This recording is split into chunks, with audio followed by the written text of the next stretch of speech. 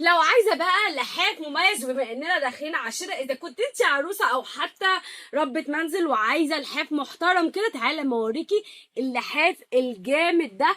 لحاف تاج الست قطع اللي انت شايفاه قدامك، معاه الملايه بتاعته، حاجه كده في منتهى الشياكه. تحفه تحفه وحلو جدا جدا جدا. الخامه بتاعته فظيعه.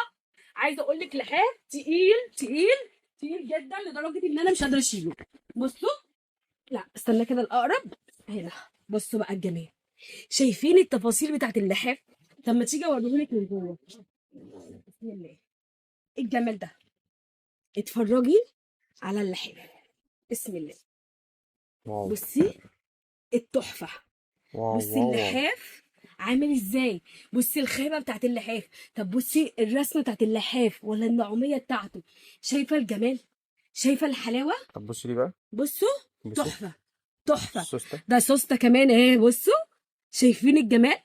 تحفه. شايفين يا جماعه عامل ازاي؟ خطير وفي منتهى الشياكه. طب بصوا بقى ورينا معاه معايا ايه ايه. بقى.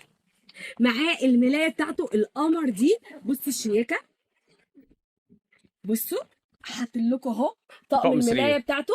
طقم سرير كامل كده. تحفه. مطرز. مطرز خطير في منتهى الشياكه. قطن طبعا، قطن يا جماعه. وبصي بقى، ومعاه الخدوديات بتاعته تحفه. بصوا الجمال. انا افكها، انا مش عايزه افكها عشان ما ابوظهاش، بس لا احنا نفكها عشان اوريها له.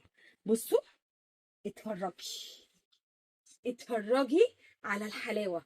بصي التفاصيل بتاعت اللحاف. عايزه اقول لك اذا كان الخدوديه متبطنه بالطريقه دي، تخيلوا اللحاف معايا بقى عامل ازاي. بصوا الجمال. بصوا التقفيل. شايفين التقفيل؟ بصوا من جوه.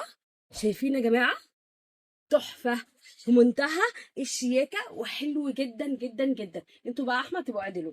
تحفه. طب ده هدير في منه الوان؟ اه طبعا في منه الوان كتير جدا. عندك منه الدرجه اللي هو الجنزيري، درجه الموف القمر اللي قدامك دي، درجه الكافيه القمر دي، وعندك كمان درجه الكشمير الغامق. تحفه في منتهى الشياكه. كل ديت الوان متاحه منه. تحفه تحفه تحفه. اللحاف دوت هتلاقيه بره مش اقل من 4000 جنيه، لكن عند هدير بقى عليه خصم 20%.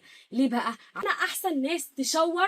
وكمان ما تنسيش المثل اللي انتوا عارفينه، اللي ما تشورش من عند هدير يبقى اصلا ما شافش الشغل.